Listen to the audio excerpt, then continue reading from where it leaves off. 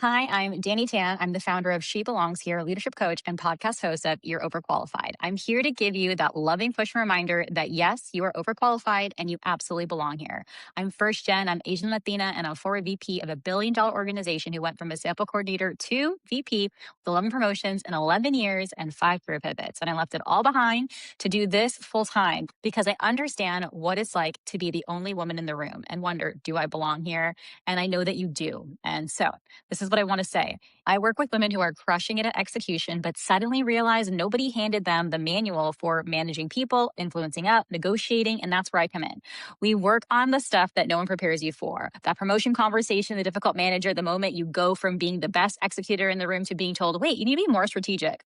How do you actually even get there with ambiguous feedback? And I make it actionable and tactical. So to learn more about what it's like to work together, book a discovery call at dannytan.com. That's DANITAN.com.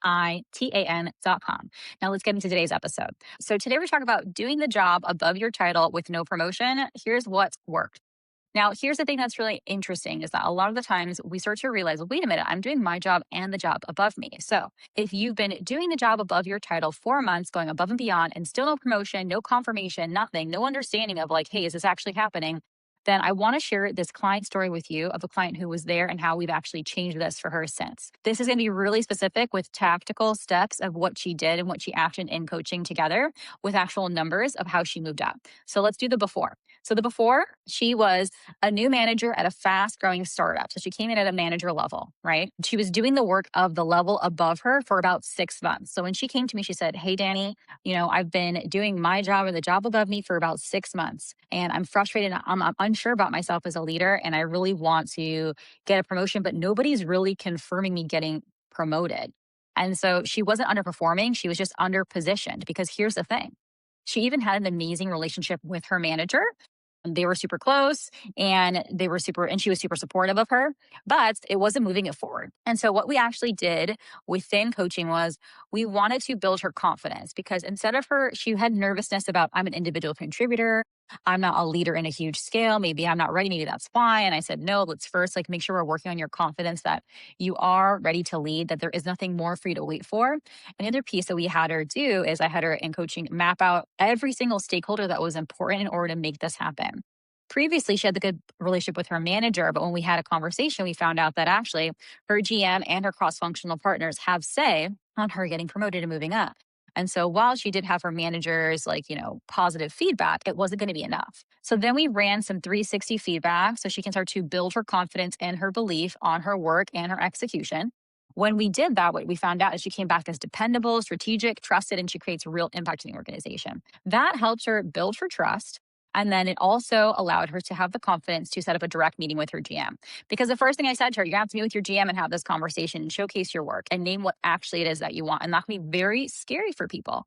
A lot of the times people are getting stuck at, oh, I'll just wait, or, oh, I don't want to bother them, or, oh, everything's really busy right now, or, oh, things are really crazy. It will always be busy and crazy. No one is going to prioritize you but you. And so the fact that she was willing to and able to set up a time with her GM, no matter how busy he was, it allowed her to put her name in and showcase her work. Now, that is how you stop waiting to be noticed and put your work in front of people who decide what happens with your promotion. The result, by her being able to have this meeting with her GM, have continuous follow-up, have an understanding of the process, continually make sure that there was clarity on what it took to get promoted within her organization, she got promoted. And the result, she got promoted in less than 3 months. And on top of it, she got an insane bonus. And her performance review rating was at 125%. So what happened was she built cross-functional influence beyond her manager. She was not letting one person be the keeper of the keys to her success. She mapped out with me who else needed to be in play for this to happen. She even navigated being in a department and on a team that was international, where she had some people in another country versus herself, and still was able to navigate these conversations by us putting together who needed to be met with at what timeline and what conversation had to happen.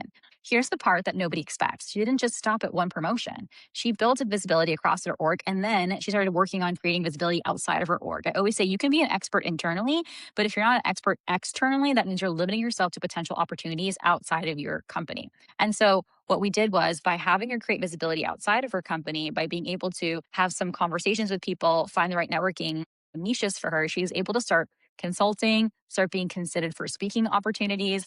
Now she's not just known inside of her organization, she's also known throughout her industry. And that is how you start to really build a portfolio for yourself, a brand for yourself. And so her company started to turn a little bit toxic. And then she decided, okay, now I want to make a move to leave. And she had already prepared herself. She got the promotion, she got the bonus, she got the amazing performance reviews. She started getting opportunities outside of work for consulting. And now she's doing a strategic move to make a move out. And so with that, we created a really tactical plan for her job search of what it looks like to move out, how to work through a networking strategy where we walk through potential people for her to have outreach with. When she did that, she got a 30% outreach conversion rate, which means out of all people she reached out to, she was getting 30% back that were actually engaging her, which was amazing. And that also led to her getting 3 interview screenings with just under 20 applications. On average, statistically speaking, typically it takes anywhere from like 20 to 30 applications to get 1 interview screening.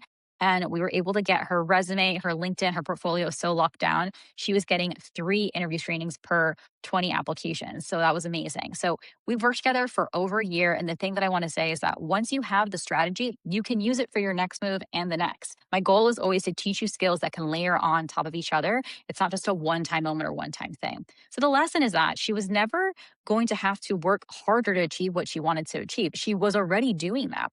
It was about changing her positioning, having the right relationships, and having the support in order to execute.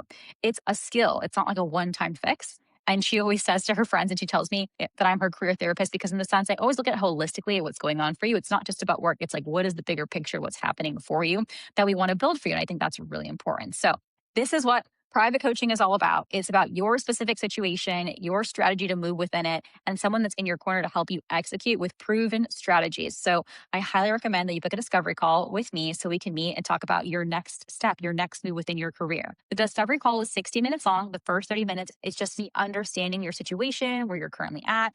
And then I go through what it's like to work together one-on-one and what that plan would look like for you and how I envision our partnership. And then that's it. We hit the ground running, and then you start achieving your goals and going after it. And I just want you to know that you're not behind. You just weren't handed the plan, the tools, the strategies, and the resources to make this happen. A lot of the times we work towards achieving a goal, and then once we've accomplished it, we go to the next goal. Now, the thing that happens is that when we're trying to go to that next goal, a lot of the times we don't have the new set of skills or practices to make it happen. And so that's what we do within coaching, so that we can accelerate what it is that you want to achieve. And so I would love to build that with you. So go ahead and go to my website at danitan.com. That's DANITAN.com. Go to contacts and book a call with me to have a discovery call. It's also in the show notes. Can't wait to see you next week.